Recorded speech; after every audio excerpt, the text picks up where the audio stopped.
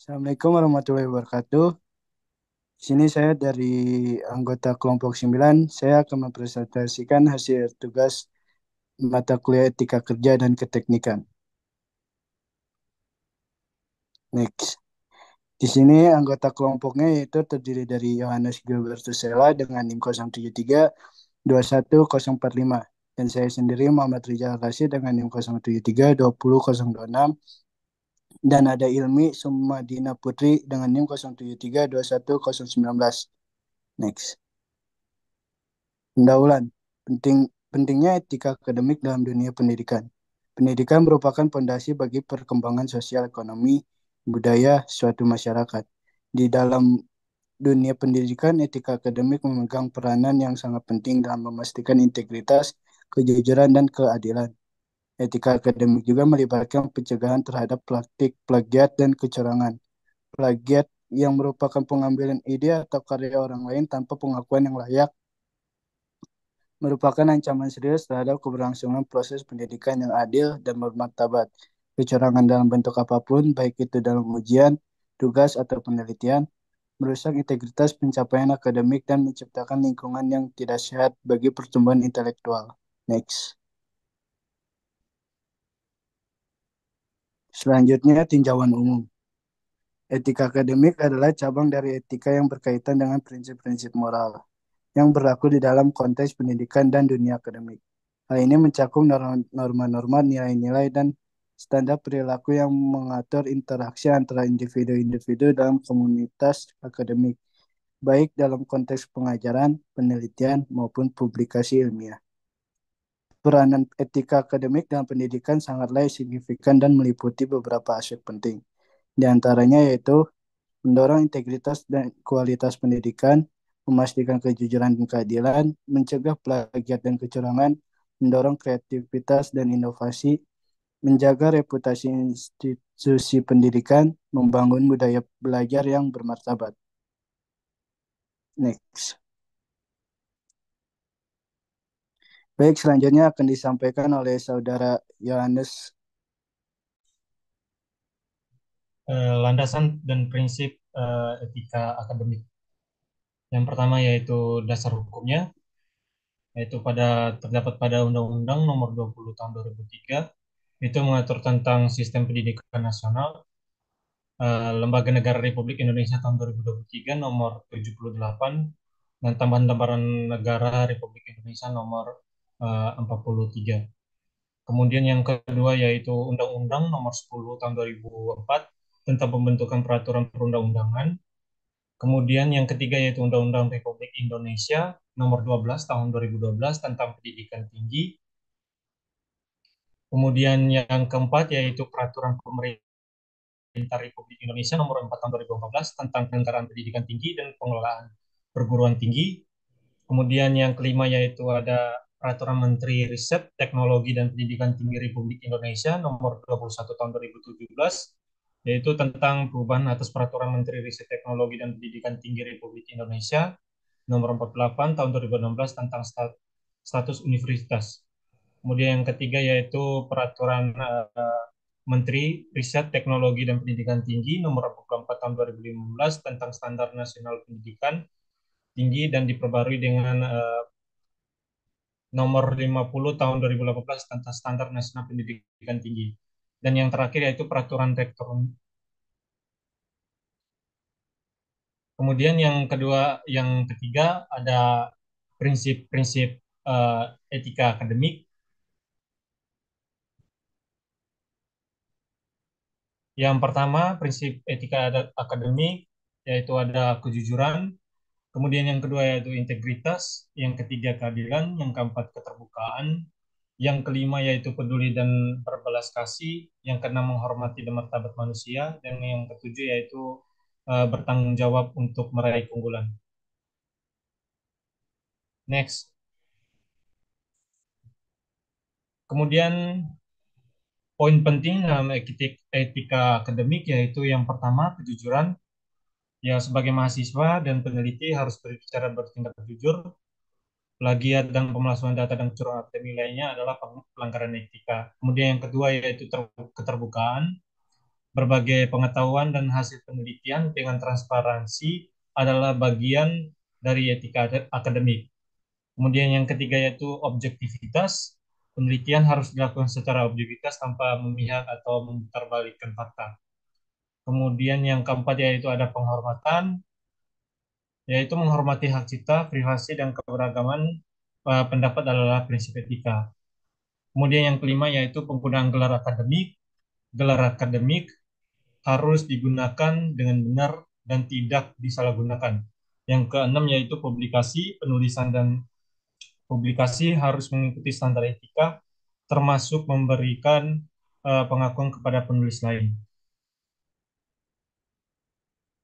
Kemudian yang berikutnya ada kategori tindakan tidak etis dan atau pelanggaran akademik, yaitu yang pertama penyontekan atau kecurangan dalam ujian, kemudian yang kedua plagiat, yang ketiga yaitu perjokian, yang keempat pemalsuan, yang kelima yaitu tindakan suap menyuap, dan yang keenam yaitu tindakan diskriminatif.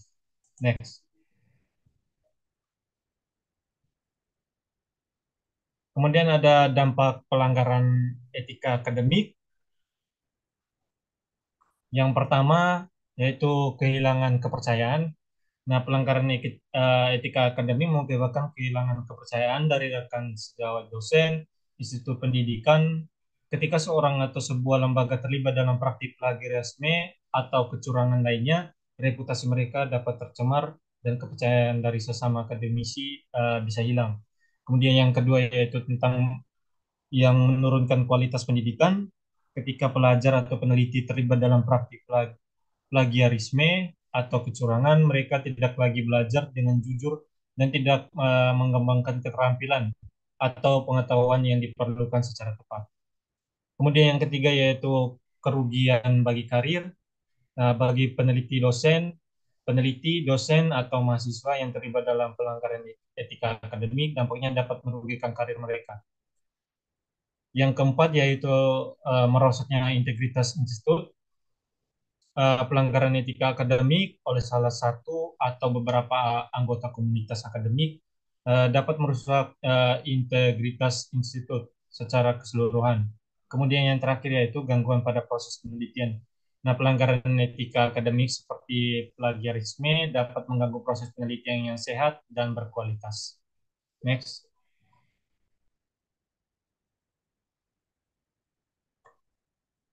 Nah, kemudian ada aspek etika akademik. Nah, aspek etika akademik ini terdapat dua. Yang pertama yaitu kode etik mahasiswa, dosen, dan peneliti. Nah, secara umum isi kode etik mahasiswa mengatur tentang perilaku eh, mengenai antaranya yang pertama yaitu kode etik dalam ruang kuliah dan laboratorium, kode etik dalam pengerjaan tugas, kode etik dalam mengikuti semua rangkaian ujian, kode etik hubungan antar mahasiswa dengan dosen, kode etik hubungan antar sesama, kode etik hubungan antar mahasiswa dan masyarakat. Kemudian yang kedua yaitu kejujuran intelektual dan plagiasi. Nah, kejujuran intelektual merupakan prinsip yang sangat penting dalam dunia akademik. Plagiasi yaitu mengambil karya orang lain tanpa memberikan kredit yang sesuai adalah pelanggaran terhadap kejujuran intelektual dan hak kekayaan intelektual. Salah satu dampak plagiasi adalah menghancurkan kreativitas.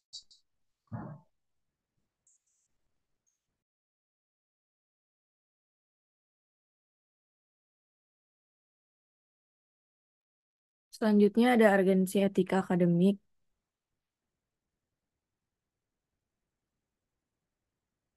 Yang pertama ada pentingnya etika, di mana etika ini dapat membangun lingkungan akademik yang sehat dan harmonis. Eh, jadi di sini ada karakter yang baik dan berkualitas pada diri seseorang. Lalu yang kedua ada meningkatkan kualitas akademik, yaitu dengan cara menghindari perilaku yang merugikan orang lain yang menjunjung tinggi nilai-nilai moral.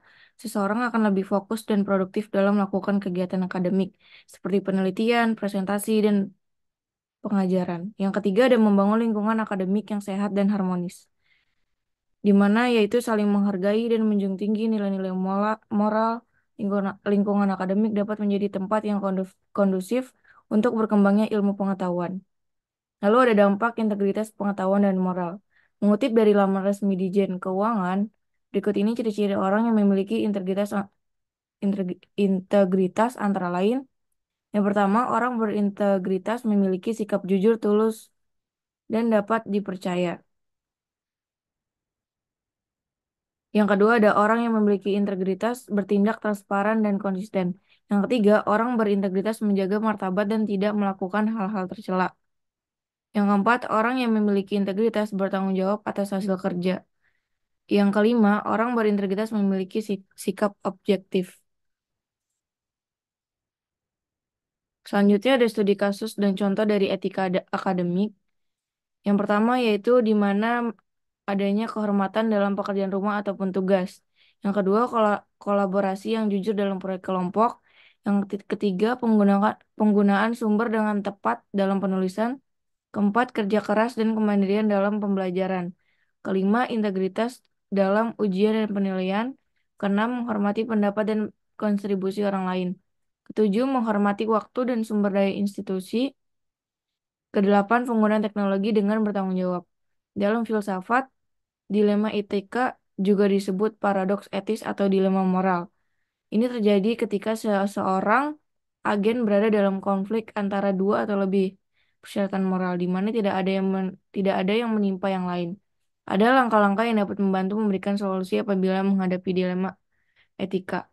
Antara lain, mengidentifikasi pertanyaan etika, membuat daftar fakta yang relevan dari dilema, mengidentifikasi pihak terkait dalam dilema, apa saja pilihan dalam kasus ini, apa yang harus dilakukan, apa dasar pembenaran pilihan tersebut, bagaimana mencegah masalah etika.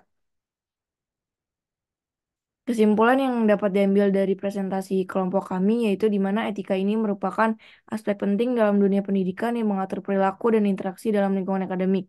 Penerapan etika akademik dalam kehidupan sehari-hari mencakup menjaga kejujuran dalam pekerjaan akademik, berkolaborasi dengan jujur dalam proyek kelompok, menghormati hak cipta dan sumber informasi, serta menjaga integritas dalam ujian dan penilaian. Selain itu, penting juga untuk menghormati pendapat dan kontribusi orang lain, menghormati waktu dan sumber daya institusi, serta menggunakan teknologi dengan bertanggung jawab. Etika akademik bukan hanya tentang mematuhi aturan, tapi juga tentang memperkuat integritas, kejujuran, dan moralitas dalam setiap aspek kehidupan akademik.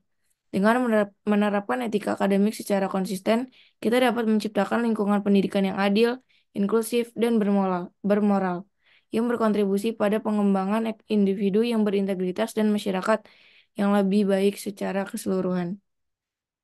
Berikut adalah sumber referensi dari PPT yang kami sampaikan. Kurang lebihnya mohon maaf. Wassalamualaikum warahmatullahi wabarakatuh.